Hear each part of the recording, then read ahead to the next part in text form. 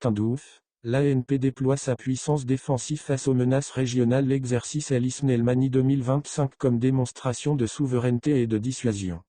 La troisième région militaire de Tindouf, point stratégique du dispositif de défense nationale, a été le théâtre jeudi 23 mai 2025 d'un exercice tactique majeur baptisé El Hisn El Mani 2025, le rempart imprenable 2025. Supervisé par le chef d'état-major de l'armée nationale populaire, ANP, le général d'armée Saïd Chanegria, cet exercice a mobilisé de vastes moyens interarmes, notamment des unités mécanisées, des troupes d'infanterie, ainsi qu'un appui aérien d'envergure, symbolisant la doctrine défensive et la capacité de réaction rapide de l'armée algérienne face aux menaces modernes. Un exercice stratégique dans une zone charnière. L'importance de cet exercice ne se limite pas à la simple démonstration de force. Il intervient dans un contexte régional tendu où les équilibres sécuritaires sont précaires. La région de Tindouf, frontalière du Sahara et du sud de la Mauritanie, constitue une zone sensible exposée aux tensions marocaines, mais aussi aux implications du conflit sahélien. La proximité de la Libye, livrée à l'instabilité chronique depuis 2011, et l'activisme croissant des forces du maréchal Haftar dans le sud libyen soutenu par certaines puissances régionales comme les Émirats arabes unis et indirectement par la France suscitent une vigilance accrue d'Alger.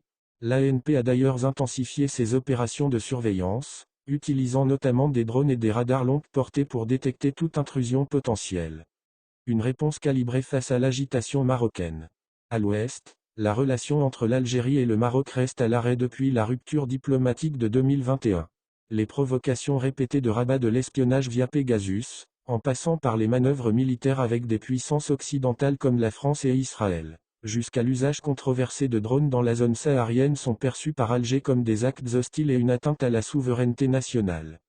L'exercice El Hisn El Mani 2025 apparaît ainsi comme une mise en garde silencieuse mais ferme. L'Algérie est prête, organisée, et dispose d'une armée bien entraînée, dotée de capacités modernes et déterminée à protéger son intégrité territoriale. Une démonstration de doctrine défensive. L'armée nationale populaire, fidèle à sa doctrine héritée de la guerre de libération, continue de privilégier la posture défensive, la non-ingérence et la solution politique. Cependant, elle ne cesse de renforcer sa préparation au combat, conformément aux standards internationaux. L'exercice de Tindouf permet d'évaluer non seulement les capacités tactiques sur le terrain, mais aussi l'efficacité du commandement intégré, des systèmes de communication, de l'appui logistique et de la coordination interarmes. C'est aussi l'occasion de tester les nouvelles doctrines militaires inspirées des dernières évolutions des conflits contemporains, notamment la guerre hybride, la guerre électronique, et l'intégration de technologies de défense avancées comme les drones de reconnaissance et les systèmes anti-aériens automatisés. Le soutien populaire, pilier de la défense nationale. L'ANP bénéficie d'une confiance solide de la population algérienne. Cette confiance découle non seulement de son rôle de protecteur du territoire, mais aussi de sa position de garant de la stabilité intérieure durant les périodes de turbulence, notamment la décennie noire et les crises régionales récentes. Par ses exercices, ses réformes internes et son rôle dans la modernisation de l'État, l'ANP illustre une armée professionnelle, disciplinée, apolitique et tournée vers l'avenir. L'exercice de Tindouf a ainsi un triple effet: rassurer la population, envoyer un message de dissuasion clair aux puissances régionales, et démontrer aux partenaires internationaux qu'Alger demeure un acteur majeur de la stabilité maghrébine et sahélienne. Une armée inscrite dans le futur. Depuis 2019, l'ANP a accéléré la modernisation de ses équipements, avec une diversification des fournisseurs, Russie, Chine, Allemagne, Italie, et l'acquisition de technologies critiques dans les domaines de la guerre électronique, de la cybersécurité militaire et de la défense antimissile. L'effort porte aussi sur la formation des officiers dans les académies militaires, la refonte du renseignement stratégique et l'interconnexion des différentes forces terrestres, aériennes et navales. L'exercice El Hisn El Mani 2025 illustre cette montée en compétences, incarnée dans des opérations de simulation de guerre réelle en terrain désertique, et un usage intégré des moyens aériens, terrestres et d'observation. Sahel, offensive diplomatique et militaire dans l'ombre entre ingérence émiratie, expansionnisme libyen et ambition russe. Depuis plusieurs semaines, la région du Sahel est le théâtre d'une intense activité diplomatique et militaire, révélatrice des recompositions profondes à l'œuvre dans un espace déjà fortement fragilisé par l'insécurité, l'effondrement institutionnel et l'influence croissante d'acteurs non africains. Après la tournée remarquée d'émissaires des Émirats arabes unis au Mali, au Niger et au Burkina Faso, c'est au tour du général Saddam Haftar, fils du maréchal Khalifa Haftar, homme fort de l'Est libyen, de s'illustrer par une visite officielle au Niger, à Niamey, où il a été reçu avec tous les honneurs par les autorités militaires. Cette convergence de visites n'est pas anodine. Elle témoigne d'un basculement géopolitique en cours, marqué par le retrait partiel ou total des puissances occidentales traditionnelles, France, États-Unis, la perte d'influence de l'Union européenne dans la région et l'ouverture d'un nouveau chapitre d'alliances, de rivalités et d'intérêts croisés. Le Sahel devient un terrain de manœuvre stratégique, où chaque visite est un message, chaque accolade, une prise de position. La diplomatie parallèle de Saddam Haftar, un signal politique fort. La venue du général Saddam Haftar au Niger, accompagné d'une délégation de haut rang, s'inscrit dans la continuité d'une stratégie que mène l'homme fort de l'Est libyen. Affirmer sa légitimité en tant qu'interlocuteur incontournable dans la lutte contre le terrorisme au Sahel, et plus encore, poser les jalons d'une coopération militaire régionale sous sa houlette. Le fait que le président nigérien Abdourahmane Tiani lui ait décerné la plus haute distinction du pays est un signal diplomatique lourd de sens. Le Niger, désormais dirigé par un régime issu d'un coup d'État, ne cache plus sa proximité avec le camp de Benghazi.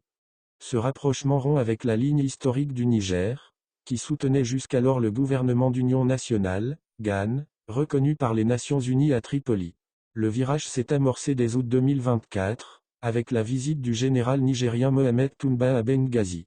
L'accord sur le renforcement de la surveillance frontalière, les patrouilles mixtes et l'échange d'informations confirment la volonté des deux pays de bâtir une architecture sécuritaire parallèle, hors du cadre onusien et à rebours des initiatives de médiation régionale ou africaine.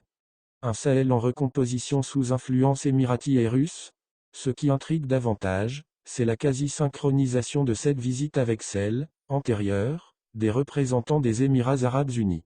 Ces derniers ont été reçus chaleureusement par les juntes militaires de Bamako, Niamey et Ouagadougou. Derrière ces gestes amicaux, se profilent des investissements militaires, logistiques et économiques, mais aussi une influence idéologique, celle d'un autoritarisme assumé, en rupture avec les anciennes puissances coloniales. Dans cette dynamique, le rôle de la Russie n'est jamais bien loin. L'ombre du groupe Wagner officiellement remplacé par Africa Corps, une entité liée au ministère russe de la Défense plane sur plusieurs capitales sahéliennes. Le rapprochement entre Haftar et les autorités nigériennes peut donc également être lu comme un prolongement de l'axe Moscou, Benghazi, Bamako, Niamey, avec pour ambition d'établir une ligne de front stratégique contre l'influence occidentale et d'ancrer durablement des positions favorables à la Russie dans le sud de la Méditerranée et le centre du Sahel. Alger dans l'expectative, mais vigilante. L'Algérie, qui partage de longues frontières avec la Libye, le Niger et le Mali, suit ces évolutions avec la plus grande attention. Fidèle à sa doctrine de non-ingérence et à sa tradition de médiation, Alger observe néanmoins avec inquiétude l'installation de nouvelles alliances militaires régionales échappant au cadre de l'Union africaine. La militarisation croissante du Sahel, encouragée par des puissances étrangères aux ambitions opaques, pourrait compromettre les équilibres géostratégiques fragiles. Il est probable que l'ANP, Armée nationale populaire, en renforçant ses exercices militaires dans les zones frontalières, comme à Tindouf récemment, cherche à adresser un message de dissuasion. Toute tentative d'ingérence ou d'installation d'une base hostile à proximité des frontières algériennes ne resterait pas sans réponse. Une nouvelle géographie des alliances. Au-delà du symbolisme, la visite de Saddam Haftar au Niger confirme que le Sahel est devenu le centre de gravité d'un nouvel ordre régional en gestation. Aux vieilles alliances franco-africaines succèdent des partenariats hétéroclites, parfois improvisés, mais toujours hautement politiques. La compétition pour les ressources, l'accès aux corridors logistiques, les intérêts énergétiques et les logiques de puissance redessinent une carte où les États-nations sont souvent dépassés par les intérêts des milices, des multinationales de la sécurité et des puissances régionales. Ce nouveau contexte appelle à une réponse africaine cohérente. L'Union africaine, affaiblie, semble en retrait, et les organisations régionales comme la CEDEAO peinent à retrouver leur autorité. Dans cet espace, l'Algérie pourrait jouer un rôle central, si elle choisit d'investir davantage le terrain diplomatique régional avec des propositions de paix, de coopération sécuritaire équilibrée et de développement concerté.